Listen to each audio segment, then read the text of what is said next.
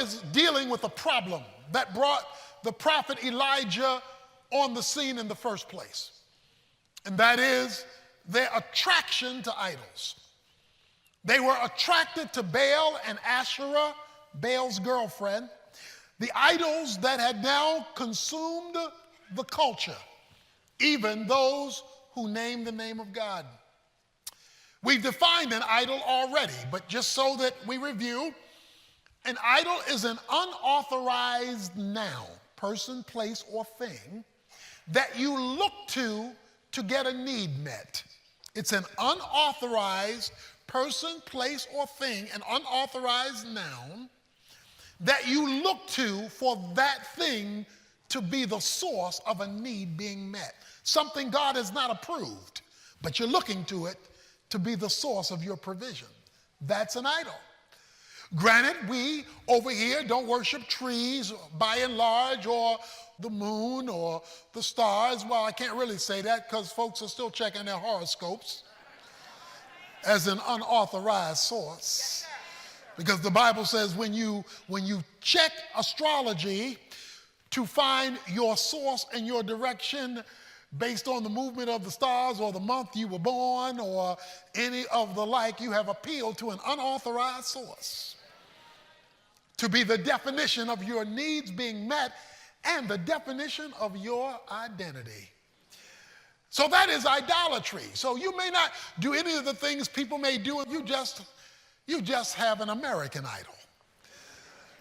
You just look at what's happening in the culture and you gravitate to that, whether it's people or power or possessions or whether it's prestige, whatever it is, you are looking to that thing as the source of your provision. Now, when you understand that is the biblical definition of idolatry, then you understand that you can be right here, right now, today, and be an idol worshiper.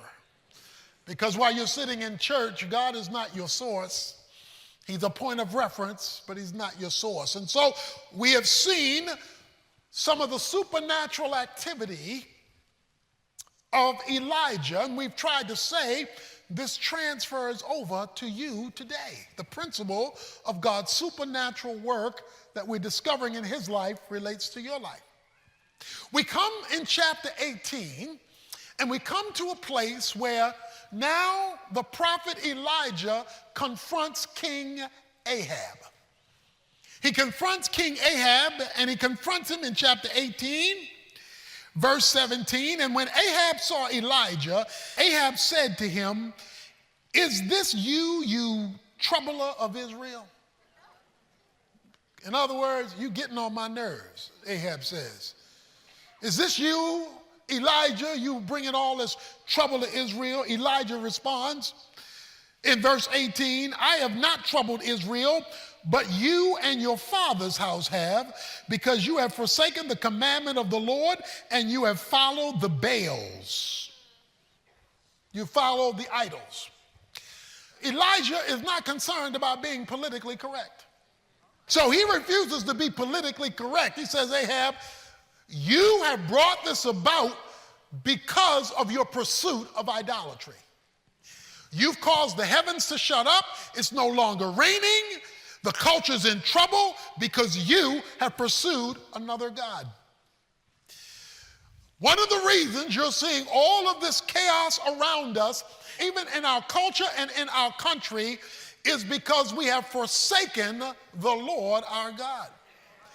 And what you and I are experiencing today is God saying, "You don't want me? Let me get out of the way and let me show you life without me." And so you have the consequence of the removal of God. God is being removed from government. God is being removed from schools. God is being removed from the biblical definition of marriage. God is being removed from the civics. God can't even open up a prayer at a football game. When God is being removed from the culture, that means idolatry has automatically set in, which means there are consequences that accrue in the environment where God has been removed. And that is what was happening in Israel. They're experiencing life without the one true God. So Elijah says, "Now send and gather to me all of Israel at Mount Carmel." Verse 19, together with 450 prophets of Baal and 400 prophets of Asherah, that's 850, who eat at Jezebel's table. He says, okay, let's have a fight at the OK Corral. Okay? You bring your people and your God, and I'll be there at high noon. Okay? Okay. Let's settle this once and for all. Let's don't confuse people. Let's put this thing out on the table. So Ahab says, okay, you got a deal. Let's go for it. So Ahab sent, verse 20, a message among all the sons of Israel and brought the prophets together at Mount Carmel. Now watch this, because this is where we start. Verse 21. Elijah came near to all the people and said, how long will you hesitate between two opinions? If the Lord is God, follow him, but if Baal, follow him. But the people did not answer him a word. Oh. Elijah says, all right, folk, how long you gonna keep dancing? How long will you hesitate between two opinions? The word hesitate means vacillate. How long you gonna dance? This God on Sunday and another God on Monday. How long you gonna go back and forth? How long you gonna dance around this thing? How long you gonna move back and forth? How long are we gonna have to keep doing this? How long are you gonna have to keep hearing the same sermon every week, calling you to full commitment before you make one? See, a lot of folk want to worship God on Sunday and then hug an idol on Monday. He says, how long? How many more years? How many more months? How many more services? How long are you going to dance before you decide? That's his question. It says the people were silent. Why were they silent? Simple. They weren't ready to commit. They weren't ready to commit. They weren't ready to, you too serious. You being too serious about this Christian thing. Just let me get a little church, give me a little music, preach me a little sermon, and then leave me alone. It says the people were silent. They were not ready to commit. But watch it. They were always ready for a miracle. They were always looking for a blessing. They were always looking for God to do something while they were silent. So let me state my position as coming from this passage. If you're not ready to commit and to stop dancing, stop looking for a miracle and searching for a blessing. They said nothing because they weren't ready to make a full commitment. And yet he's calling on them just to do that. So now, Elijah says, I alone, verse 22, am left the prophet of the Lord, but Baal's prophets are 450 men. Elijah says, I'm outnumbered, 450 to 1. Since this is not to see how the numbers fare in my favor, I'm ready to take my stand. God is looking for some folk who, even though outnumbered, are willing to take their stand. Who, even though the other side has more than you, even though it looks like you're outnumbered among your friends, among your coworkers, or what have you, he said, this is how the numbers shape up. But in spite of that, we're going to put the true God to the test.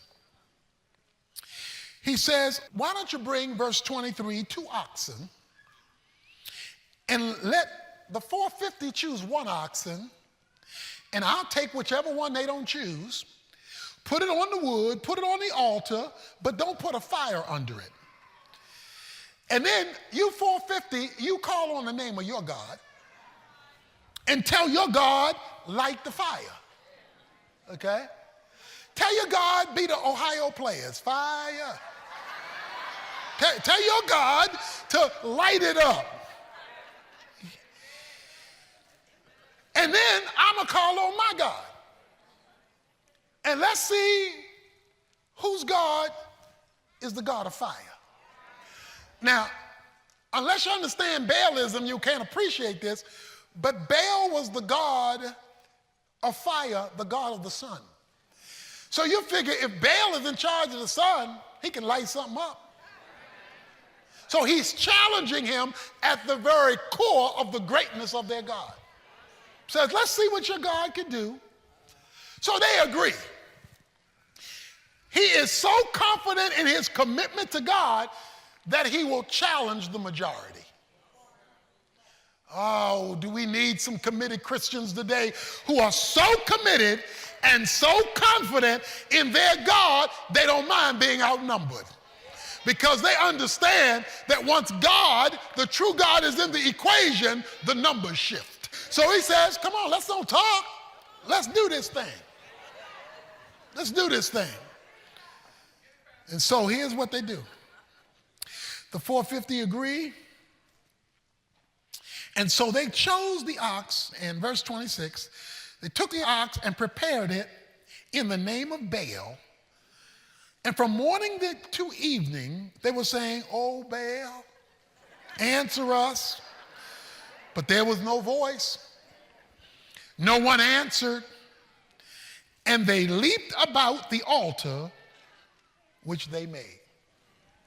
So they're in there with their God. Oh Baal, let's have some fire. Light the altar. Oh Baal, oh great Baal. They jumping around the altar. They getting their praise on around the idol. And it says, and nothing happened. And there was no voice. Now this is where we get to a little humorous part in the Bible. It gets a little humorous here in verse 27. Because it says, at about noon, that Elijah mocked them. Okay, now it's 450 of them. And it's one of you. This ain't the time to be making fun of folk. But Elijah just standing there, and he mocks them. And look at how he mocks them. He says, why don't you call out louder? Call out verse 27 with a loud voice. Y'all ain't screaming loud enough. He can't hear you. He says, but he is a God. Maybe he's occupied. Okay? He's got another meeting going on and he can't get to y'all right now, so maybe that's why nothing happening. Or maybe he's gone aside. Now, gone aside means maybe in the bathroom. Gone aside means he's doing number 2. That's what gone aside means. Or maybe he hadn't gone aside. Maybe he's on a journey. He's on a trip. You know, he's taking a vacation. Or perhaps he's snoring. He says maybe he's asleep and you need to wake him up. So why don't you sing a little louder, praise a little louder, pray a little louder, and wake up your God. Well, all he did was tick them off, because in verse 28 it says, they cried out with a loud voice, and they cut themselves according to the custom with swords and lances until the blood gushed out of them. When midday was past, verse 29, they raved until the evening sacrifice. There was no voice, no one answered, no one paid attention. Then Elijah said to all the people, come close. Come close. So all the people came near to him, and he repaired the altar of the Lord, which had been torn down. Okay, let me stop there. It says he repaired the altar which had been torn down. That means they had religion without commitment, because the altar hadn't been used. Now, what would they do on the altar? Sacrifices. Why would they make sacrifices? To deal with sin. So what they were doing was having religion without dealing with sin. They did not want to deal with the spiritual realities in their lives, because Baal let them go where they wanted to go, do what they wanted to do, act what they wanted to act. Baal did not put any boundaries or restrictions on them. And that's not the God they wanted all week. That's good enough for Sunday. Now give me my 6 days. But they wanted that God to be the God of the supernatural. So the altar was left unattended. The spiritual issues were not addressed, but yet they had enough religion to claim God. You ought to be tired of religion by now. Religion can't change you, religion can't help you, and religion certainly won't bring heaven down to earth. What you need, and I need, and we need is a relationship, but you can only have a relationship on God's terms, and you can't have a relationship on God's terms if you got another God waiting for you tomorrow. That is another source of your identity and your reality.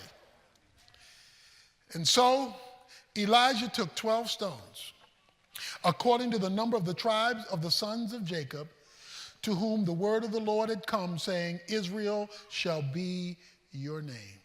So the prophet comes along, and here's what happens. He took the 12 stones, verse 32. So with the stones, he built an altar in the name of the Lord. He got the spiritual priority back in order.